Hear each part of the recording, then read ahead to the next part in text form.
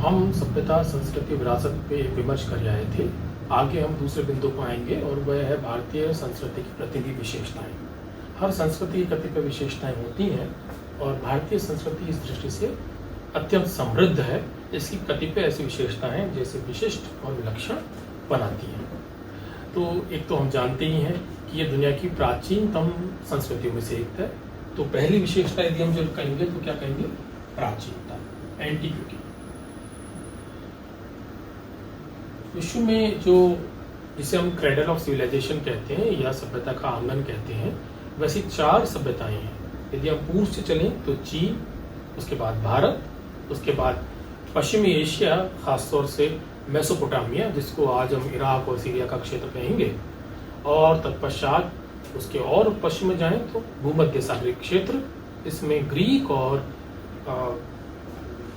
Italy की या Roman परंपरा का विकास हुआ। इसमें भी 3 प्राचीनतम हैं, चीन की, भारत की और मेसोपोटामिया की सभ्यता। 1921 में सिंधु घाटी सभ्यता के उत्खनन के बाद यह निर्विवाद हो गया कि भारतीय सभ्यता दुनिया की 3 प्राचीनतम सभ्यता या संस्कृतियों में एक है।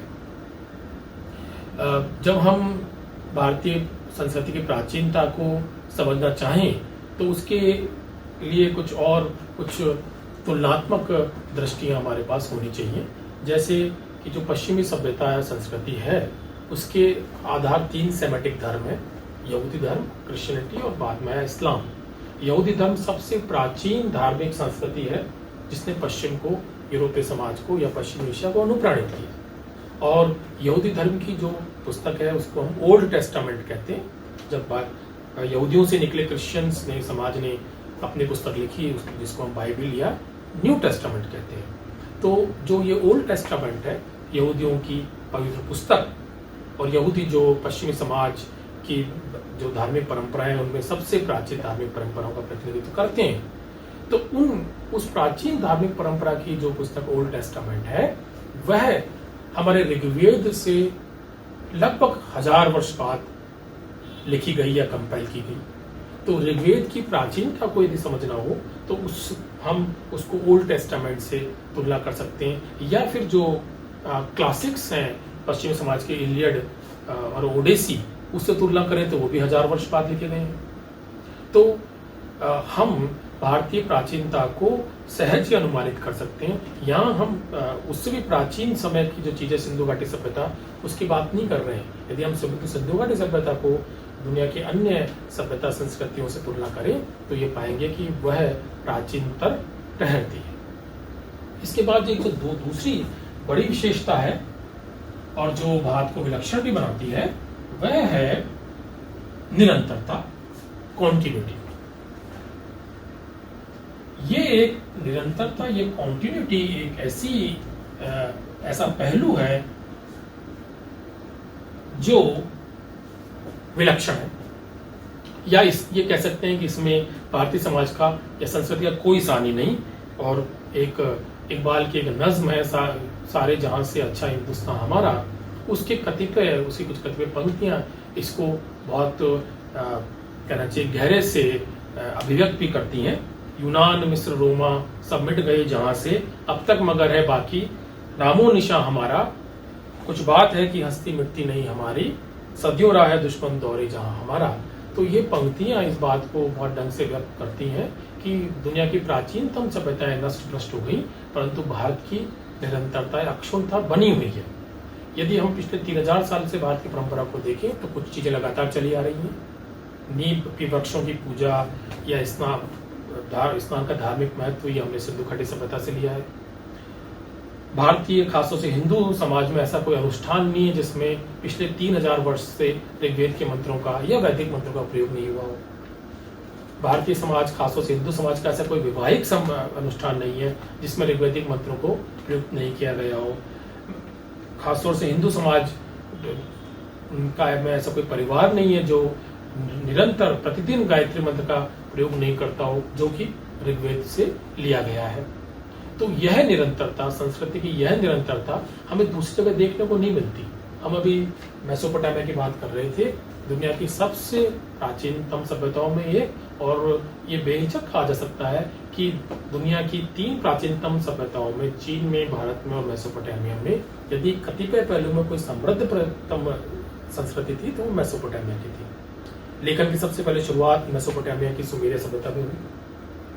एक आधुनिक राज्य की संकल्पना भी हमें वहीं दिखाई पड़ती है, क्योंकि हम्मुराबी का जो कोड है वो एक कानून पर आधारित राज्य की बात करता है।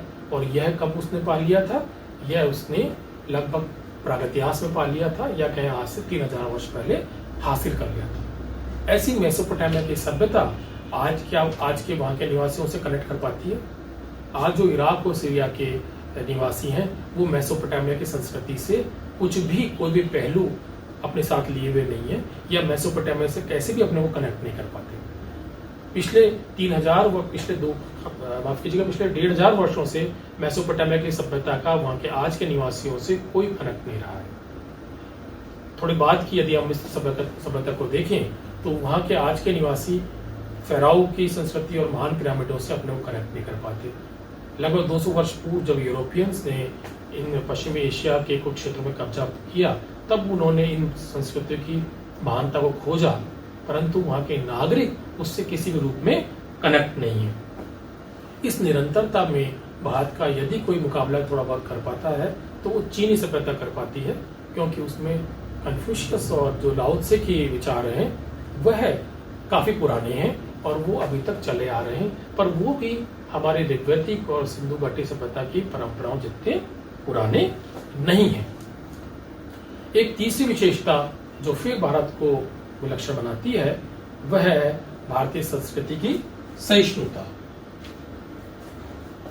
ये एक ऐसी विशेषता है जो हमें क्या कहना चाहिए कि हमारी निरंतरता या अक्षुण्णता का एक आधार बनती है।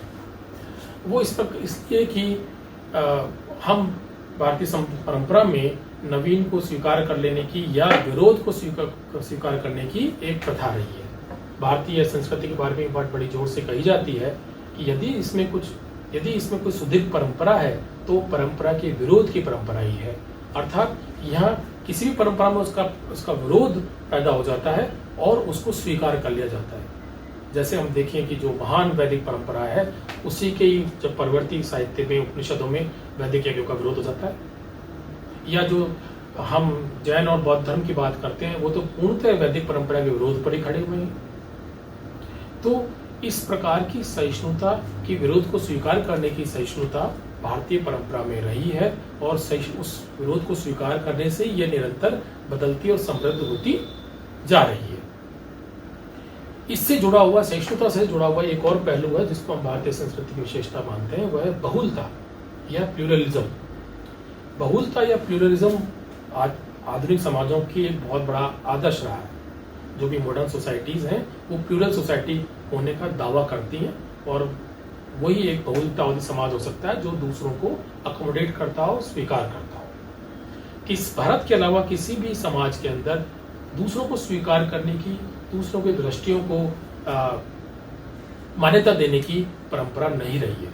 यदि हम यूरोप को देखें तो क्या पाते हैं कि जब 16वीं शताब्दी में यूरोप की धार्मिक एकता टूटी, अर्थात यूरोप जो कैथोलिक ईसाइयत को से परिवेशित था या कैथोलिक ईसाई यूरोप का एक धर्म था, जब प्रोटेस्टेंट आए या मार्टिन लूथर ने कैथोलिक धर्म का प्रतिवाद किया तो वहां पर एक खूनी संघर्ष छिड़ गया और अगले 200 वर्ष तक इस बात को लेकर यूरोपीय समाज लड़ता रहा कि उनकी जो दृष्टि है, अर्थात जो कैथोलिक थे वही कहते थे कि हमारी दृष्टि ठीक है और जो प्रोटेस्टेंट कहते थे कि हमारी दृष्टि ठीक है, इसको लेकर के उनमें इस किस्म की कट्टरता या जिद थी कि प्रोटेस्टेंट ने कैथोलिकों को और कैथोलिकों ने प्रोटेस्टेंटों को अपने उस क्षेत्र पर रहने नहीं दिया जहाँ पे वो शासनारूढ़ हो गए थे या जहाँ उनका प्रभुत्व हो गया था।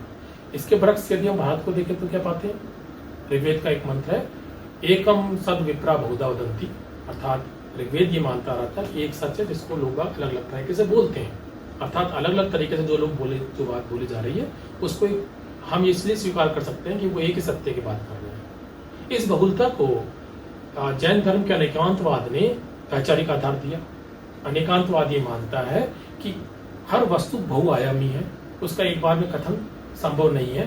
तो यदि मैं जो चीज देख रहा हूँ जिस तरीके से, वही चीज दूसरे आयाम से या दूसरे परिप्रेक्ष्य से दूसरे को अलग तरह से नजर आ रही है, अर्थात मेरा सत्य अंतिम सत्य नहीं है, दूसरे के पास भी सत्य हो सकता है।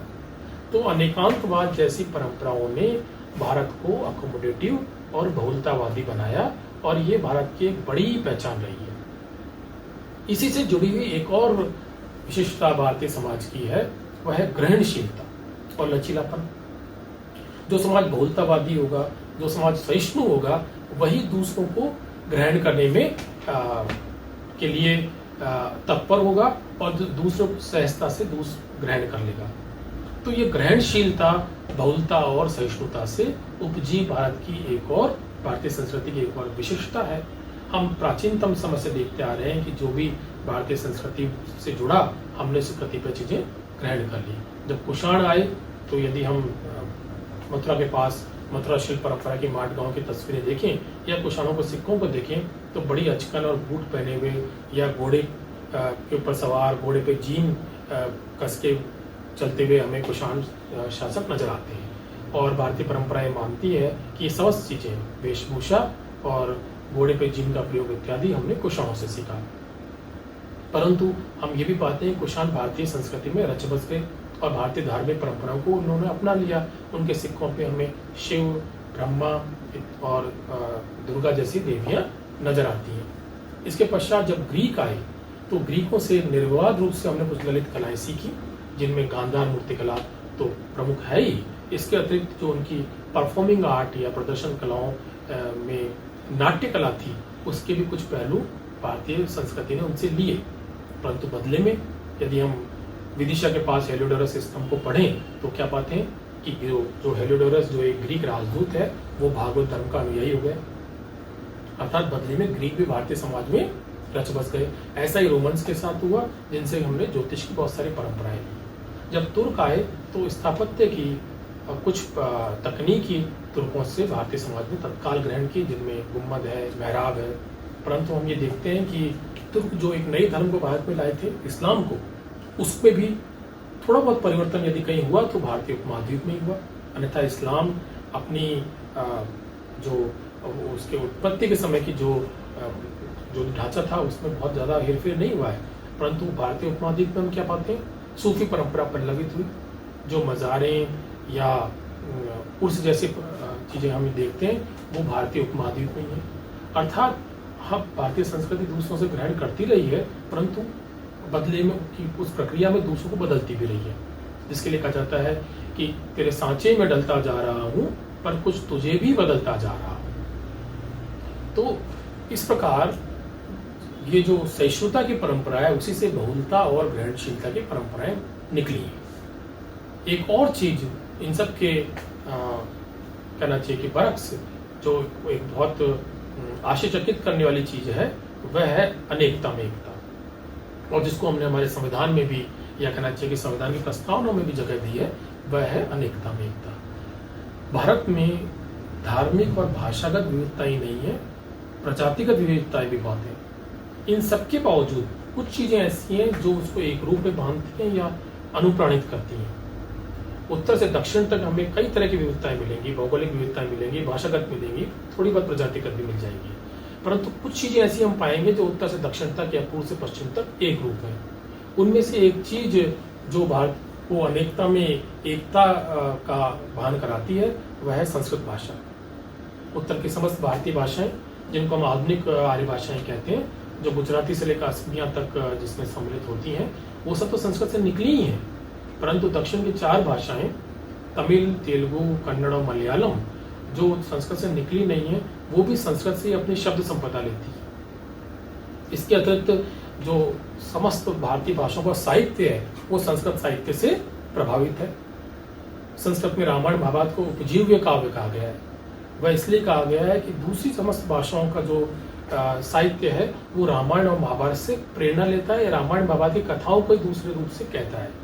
तमिल, तेलुगु, कन्नड़ और मलयालम की भी जो प्रारंभिक पहली रचनाएं हैं, जिनको हम उनका साहित्य की पहली कृति मानते हैं, वो या तो रामायण पर आधारित हैं या महाभारत पर आधारित है।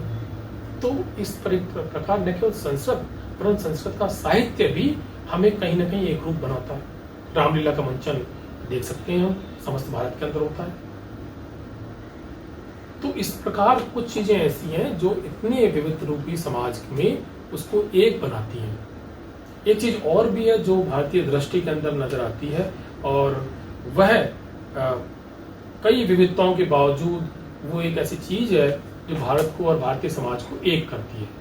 वह है भारतीय समाज की जीवन दृष्टि, जिसमें ये कहना चाहिए कि जो कर्म फलवाद का सिद्धांत है वो एक ऐसी चीज है जो हमें भारत की समस्त परंपराओं में, लगभग खासतौर से प्राचीन भारत की समस्त परंपराओं में देखने को मिलता है।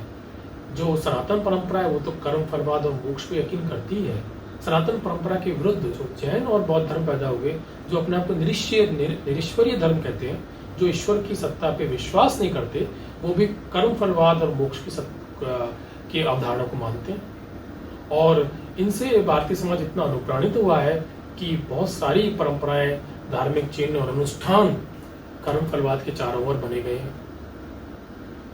तो कुछ चीजें ऐसी हैं जो इतने विविधता रूपी समाज को एक रूप करती हैं, और इस प्रकार उसमें विविधता में एकता की या अनेकता में एकता की बात को सत्य या सार्थक सिद्ध करती हैं। ये भारतीय समाज की जो कतिपय विशेषताएं, उसकी प्राचीनता, उसकी निरंतरता, उसकी सहिष्णुता, बहुलता, ग्रहणशीलता और अनेकता में एकता, वह भारतीय संस्कृति को प्राचीनतम संस्कृतियों में भी विशिष्ट संस्कृति बनाती है।